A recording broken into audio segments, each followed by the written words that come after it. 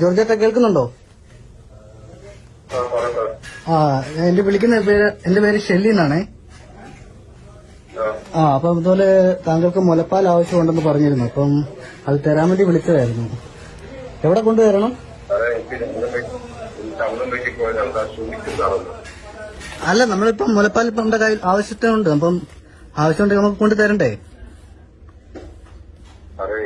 അറിയാതെ പറ്റിപ്പോയ അബദ്ധമാണ്, ക്ഷമിക്കും. ഞാൻ അത് പറഞ്ഞിരിക്കും. എനിക്ക് കടി കിട്ടി, ഞാൻ ഹോസ്പിറ്റലിൽ പോകണം. ഇല്ലെങ്കിൽ പോയി ആ കലാവിനെ കണ്ടിട്ട് സംസാരിക്കണം എന്ന് പറഞ്ഞാൽ വണ്ടി ഇരിക്കുവാണിപ്പം. വണ്ടി വിളിച്ച് ഇങ്ങനെ വെയിറ്റ് ചെയ്തിരിക്കുന്നത്.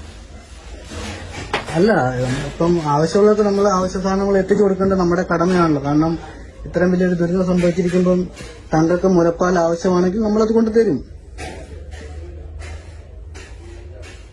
ഹലോ, ഞാൻ എന്ത് വേണമെങ്കിൽ നിങ്ങൾ പറയാം. നിങ്ങൾക്ക് എന്ത് വേണം, ക്ഷമമാണെങ്കിൽ എങ്ങനെ ലൈവിൽ വന്നിട്ട് എന്ത് വേണം പറയത്തില്ല. അപ്പുറത്തേക്ക് ഞാൻ അങ്ങനെ ഉദ്ദേശിച്ച ഒരാളല്ല. ഞാൻ എന്നും എന്റെ സമയം നോട്ടം കൊണ്ട് അപ്പുറത്തേക്ക് ഞാൻ ഇങ്ങനെ ആളെ പോസ്റ്റാണെന്ന് പോലും ഞാൻ കണ്ടില്ല. ഇന്നാണ് മനസ്സിലായത് ഇന്ന ആളാണ് ഈ പോസ്റ്റ് എടുത്തത്.